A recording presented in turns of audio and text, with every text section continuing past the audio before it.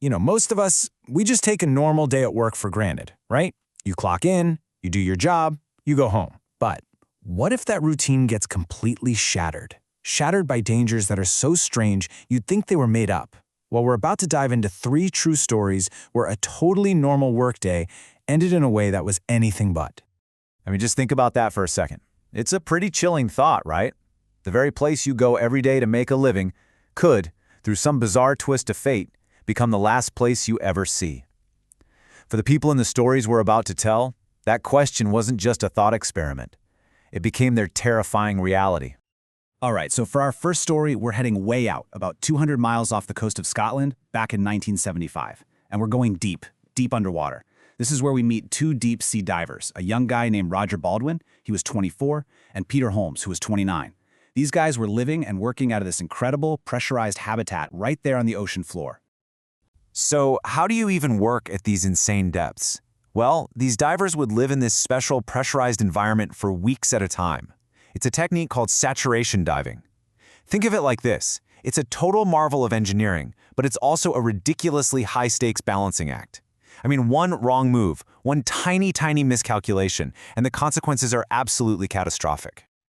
Okay, so the trouble really kicks off around 10 p.m. Their supervisor up on the surface, a guy named Reed Arnold, he suddenly sees an alert light up. There's a leak, specifically in the hallway right outside their living quarters. He gets on the radio immediately, basically screaming at Roger and Peter to get in their room and seal the door, like right now before they suffocate. So they do it. They scramble inside, seal it up, and just wait for the all clear. And this is where everything goes horribly wrong. It all comes down to a fatal misunderstanding. So Reed Arnold, the supervisor, is looking at his control panel. He sees an indicator light and thinks, okay, the apartment door isn't sealed right, but he was totally misreading it. The panel wasn't signaling a problem with the door. It was signaling that the leak was still happening out in the hallway. The room the divers were in, it was perfectly safe. So, thinking he's fixing a leaky door, Reed starts pumping more and more helium into their sealed room. The idea was to increase the pressure and force the door shut. But here's the thing. Because the warning light for the hallway leak stayed on, he just figured he hadn't done enough. So he pumps in more, and then more again. He had no idea he was turning their tiny room into a deadly pressure cooker. Inside that tiny metal room, as the pressure just skyrocketed, so did the temperature. The men were, well, they were basically being boiled alive. Confused, in absolute agony, they tried to get out. But the door was sealed shut by the very pressure that was supposed to save them. It's just horrific. They were actually seen on camera tearing the mattresses off their beds, just so they could roll on the cold metal springs underneath. A desperate, useless attempt to escape the unbelievable heat. In the end, their own supervisor had accidentally killed them. Okay, let's move on to our next story. This one takes us to a place that seems about as mundane as you can get, but it turned out to be just as deadly. We're in rural Indiana. It's 1986, and a volunteer fire chief named Jack Schoffel gets a call. Fire at a local farm. Seemed like a totally routine, everyday job. So Jack and his assistant chief, they get to the farm and they see exactly what was called in. Just this thin plume of smoke coming from the top of a huge 80-foot-tall storage building.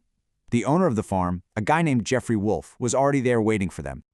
So to figure out where this smoke is coming from, Jack and Jeffrey, the owner, they climb all the way up to this small window at the very top of the structure. When they look inside, it's packed to the brim with something. The owner had put a piece of plywood right on top of whatever was inside, and Jack, trying to get a better look, steps out onto it. And from up there, yeah, Jack spots it. It's just a small fire. He radios down to his assistant, Donald, and says, "Yep, we found it. We're coming down to get some equipment." So Donald waits. And he keeps waiting, but nobody comes out. He tries the radio again. Nothing. Just dead silence. So what Donald had no way of knowing was that this massive building, it was an 80-foot-tall grain silo, and it was filled with corn. The moment Jack stepped on that plywood, the corn underneath shifted. He fell off the board and was just instantly swallowed. Grain acts exactly like quicksand. The pressure is immense. And when Jeffrey, the owner, reached out to try and grab him, he got pulled in too. The rescue effort that followed was just immense. It took them almost 3 hours with bulldozers to literally break apart the silo and sift through tons and tons of corn to find the bodies of both men. A call that started as completely routine had turned into a fatal trap, hidden right there in plain sight. All right, for our final case, we're going to jump way back in time. We're talking 1755, at a remote lighthouse off the English coast. And this is where we meet a man named Henry Hall, whose death would go on to become a medical mystery that people talked about for ages. Now, get this. Henry was 94 years old. Just let that sink in for a second. In the 1700s? Being a lighthouse keeper back then was an unbelievably tough, isolating job. And yet, at 94, Henry was still at it, which makes him the oldest active lighthouse keeper ever recorded. So yeah, this was not some frail old man. So one night, a fire breaks out up in the lantern room of the lighthouse. Henry and his two colleagues, they're fighting this thing, throwing buckets of water up on the burning roof. In the chaos, Henry gets burned and he starts complaining about this awful pain in his stomach. A doctor checks him out and the diagnosis seems pretty straightforward, burns and smoke inhalation. But he just kept getting worse, and 12 days later, he died. Now, for a guy this tough, dying from what seemed like pretty manageable injuries just didn't add up. It was baffling. The doctor was suspicious, so he decided to do an autopsy. And what he found inside Henry's stomach was something that absolutely no one could have ever seen coming. It was lead, molten lead. Here's what happened. During the fire, as Henry looked up to throw a bucket of water, his mouth was open. At that exact, fateful second, a chunk of molten lead from the burning dome dripped down, fell right into his open mouth, and went straight down into his stomach. It solidified inside him. He had swallowed a 4-inch piece of solid lead. That was the source of the horrible pain.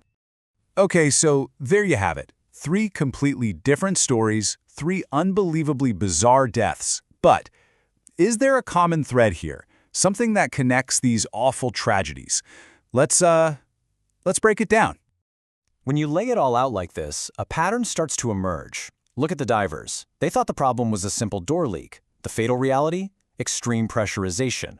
The firefighter, he was focused on a small, manageable fire. The hidden danger? The sea of grain he was standing over. And the lighthouse keeper, they treated him for burns and smoke, but the real killer was literally inside his own stomach. In every single case, the obvious, visible thread was just a mask for the true, unthinkable danger. So you see, these weren't just random freak accidents. They were the end result of a whole chain of events, and each one started with a single critical misjudgment, right? Misreading a control panel, stepping onto what you think is a solid surface, even just looking up at the wrong moment. What these stories really show us is how a totally familiar environment can be hiding a fatal secret, and just how fast our normal, everyday assumptions can completely fall apart when things get weird.